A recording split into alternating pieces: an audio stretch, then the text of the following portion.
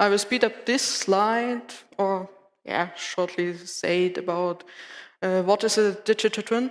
It is a virtual representation of a real-world object, system, or process, and is modeled and, in terms of digital twin, continuously updated with real-world data.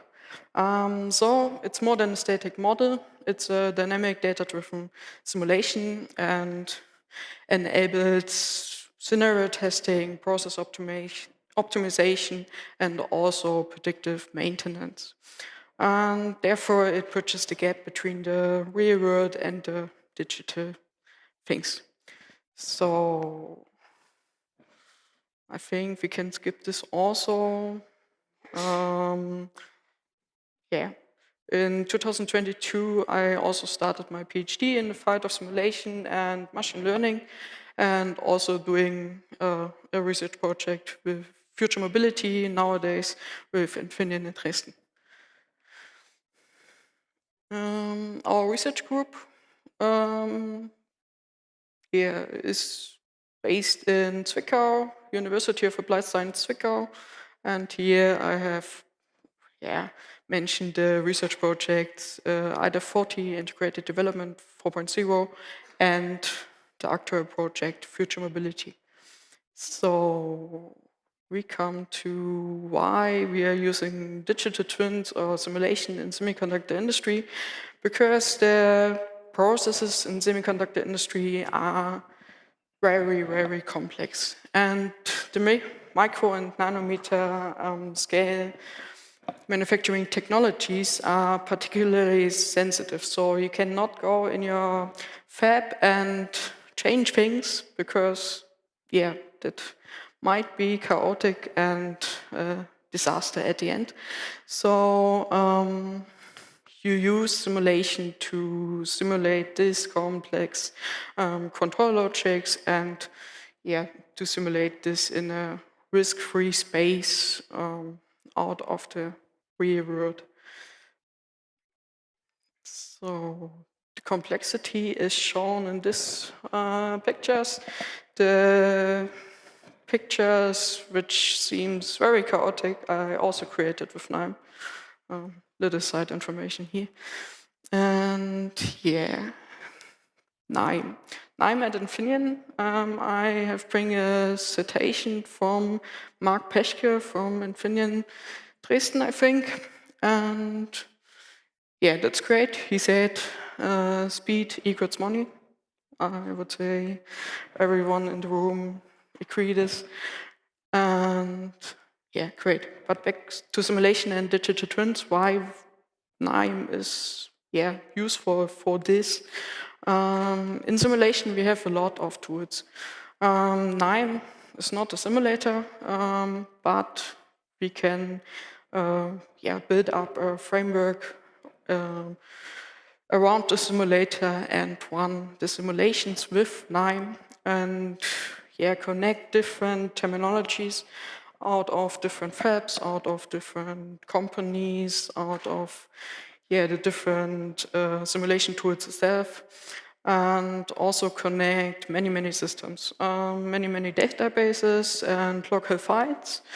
And Knime is very useful when it comes to reusability and scalability. So, and in the last years, in the last decades, there's also a need for distributed execution for large scenarios. When I mentioned large scenarios, then you can think about 1,000, 100,000 simulation runs. When you run this in an iterative way, one by one, then you can wait forever. So Knime can help to automate these things and also to distribute these things on several computer cores or computers at all. The first use case is the result of my master thesis. I will speed up this a little bit, but Svante mentioned the complexity, and so Here we use a simulation tool which is based on Excel, and so we run the simulation one by one because of licensing reasons, and speed up this a little bit with Knime, so no one have to be before the computer and click each one. So. The second use case is the interesting one, I think, and it's still under development. I'm not done with my PhD yet, but it's already huge. But before this, today more and more research goes to generalize simulation templates. These simulation templates, in the best case, only need to be initialized and modded itself. I'm using for this simulation tool AnyLogic, which is also a little bit of low code, but that is sometimes tricky because there's a lot of code in the background. So the funny part. This is my current workflow for my PhD.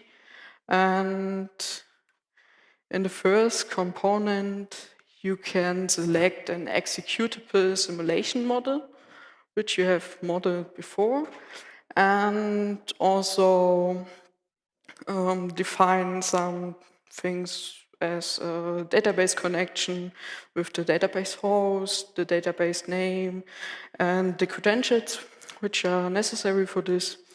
And here you can see it. And then the workflow automatically imported the necessary files for this simulation model in an appropriate workflow folder, so the other components can easily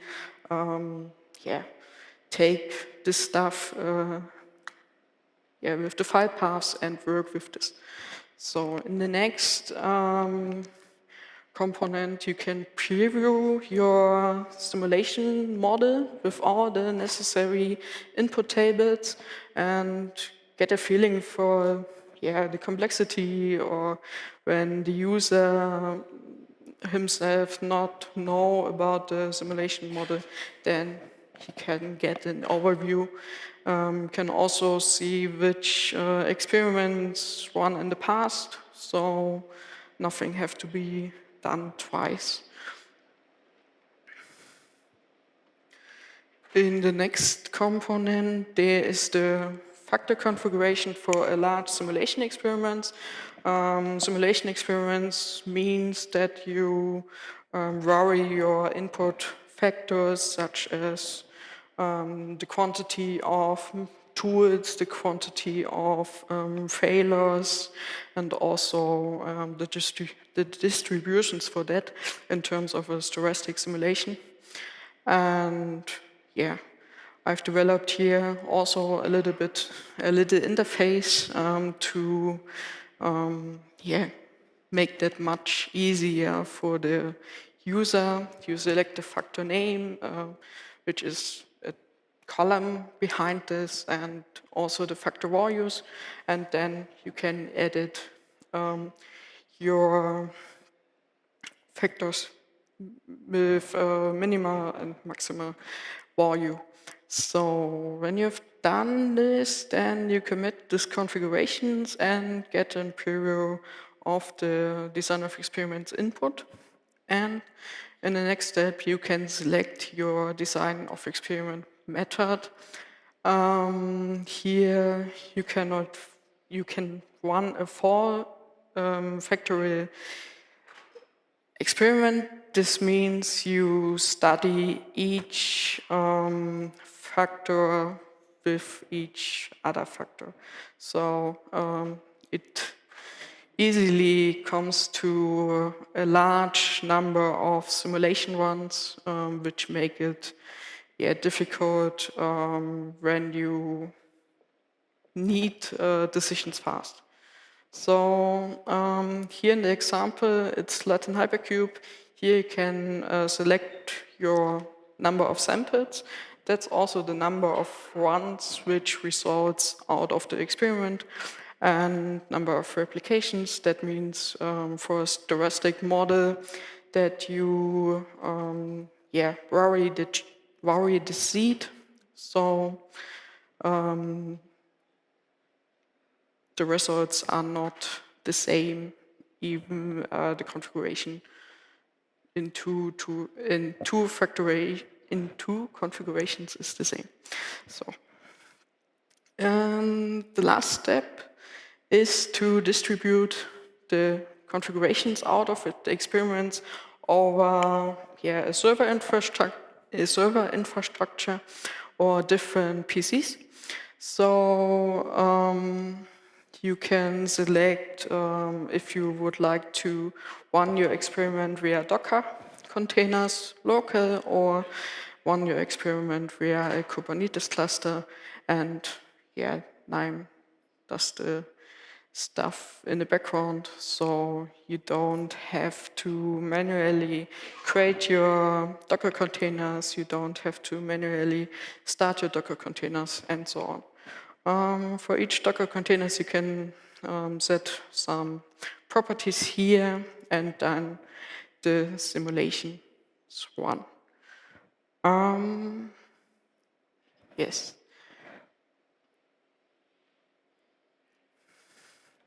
So the advantages of such a framework is, you can easily generate data for your factory, for your production scenario, and don't have to wait until it happens in reality. So you can also try out things with the simulations which you don't want to have in the reality, and mention this in your decision making, and speed up your decision making. So I think we have more questions from Swante. That is true, and let me bring up my little baggie for you already, so that I don't run twice. There we go. You already earned this, but... So, in a nutshell, there are professional simulation tools. Yeah. What is the advantage of picking Knime? You have to choose, a simulation tool with Knime. You can use Knime for simulation yet. And with a framework, you can automate all the stuff. You can automate to start your simulations, to initialize the simulations, to monitor your simulations, which is also possible, which is also important, and to collect the results after the simulations, and use these results for machine learning algorithms and so on. Okay, so as your colleague said, it's faster. And time is money. Yeah. Okay, I get that. And in manufacturing, that means in a use case like this, that you have faster time to production, or a better stock planning, or what's the impact? Yeah, in our use case, it is a little bit complicated. We use a simulation method which called backward simulation.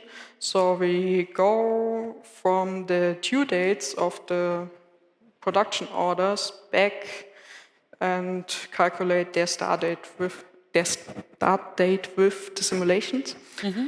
And then we have also to run a forward simulation to validate these results, because we cannot put it in reality and hope. We must validate this before. And with this, we hope for a better adherence to due dates. And Okay. And can you use generative AI in your model, or doesn't it make any sense? I think it can make sense. I think about transfer learning. This is also a part which I will look at in my PhD later.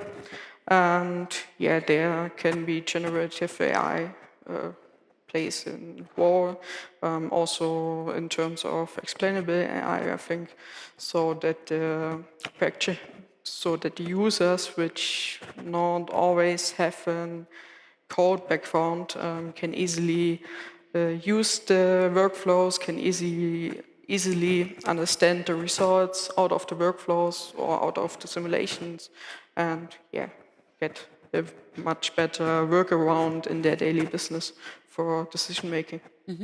And we now saw quite complex workflows. What's your take on the usability of Knime? You, in most cases, you must done it one time, and then you can use it over and over again. My workflows, I try to build it generic, so it is, yeah, not important which industry we look at in the simulation. So you can easily look at automotive simulations or, yeah, for smart city, I think there's also possible to make simulations to make digital twins, for example, to monitor or control the traffic logic or traffic flow. And yeah, you can also use this workflow there and Great. So you could take this thesis work, make some slight adjustments, and use it in completely other areas. Is that kind of correct? Yeah, and a little spoiler, we also work on a first proof of concept with a simulation extension. And yeah, hopefully we can deliver some notes for this. And my last question to you is, what's your future vision? Where do you think is this heading in terms of other application areas? I think the Omniverse will play a huge role because you can easily train your employees in the fab, in a risk-free space in the virtual world, and the back end is also simulation and experimentation. Okay, so in a future vision, people will learn in Omniverse, Metaverse, whatever. Yeah. Oh, thank you so much. Questions from the audience? Rosaria has a question here.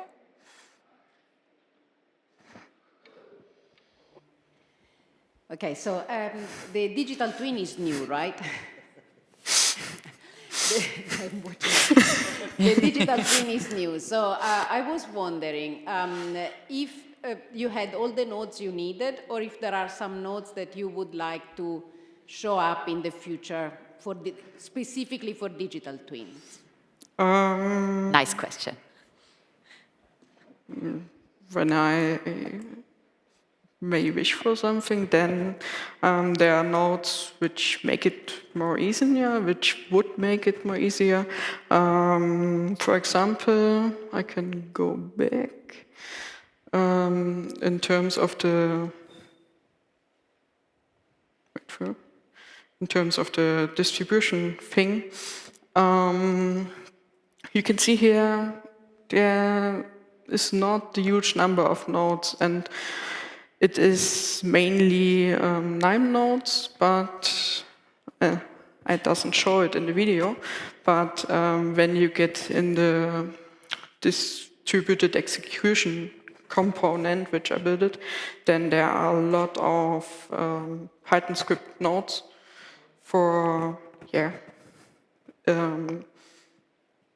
conducted the command line comments, and so I would say that some nodes would be nice, but spontaneously I cannot define all the nodes.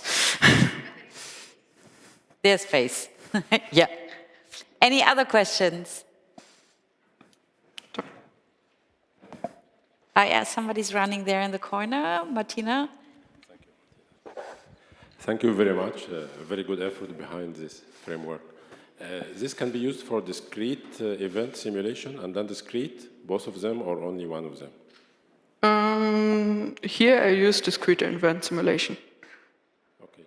And is it agnostic for any simulation software, or you need to integrate it to certain simulation software, this framework? Again, please? I mean, there are many simulation softwares in the market. So is this framework agnostic? It can be integrated to any simulation software or certain software? At the moment, you need an executable file of your simulation model.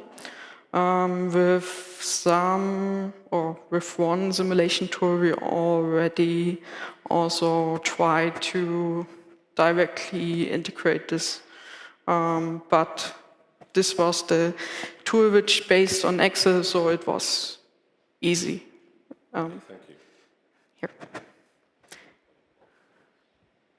Anybody else? Okay, if this is not the case, I thank you very much. Especially thank you to you, Madlene. One more question. Sorry. Oh, okay, yeah. Yeah, thanks a lot for the talk. It's always really impressive to see these huge workflows in action. So my question goes into the direction of distributed computing. I was wondering, for this huge simulation workflow with a reasonable amount of samples or simulation runs, how long would it have taken if you were to run it locally? And how much could you speed it up then in the end by running in a distributed setting? Good question. Before weeks, I've done a simulation experiment with 5,000 simulation runs, and this, depends on your computer, but this have to be run 42 days manually, and with this framework, I can speed it up to 8 hours. So it is a huge time save.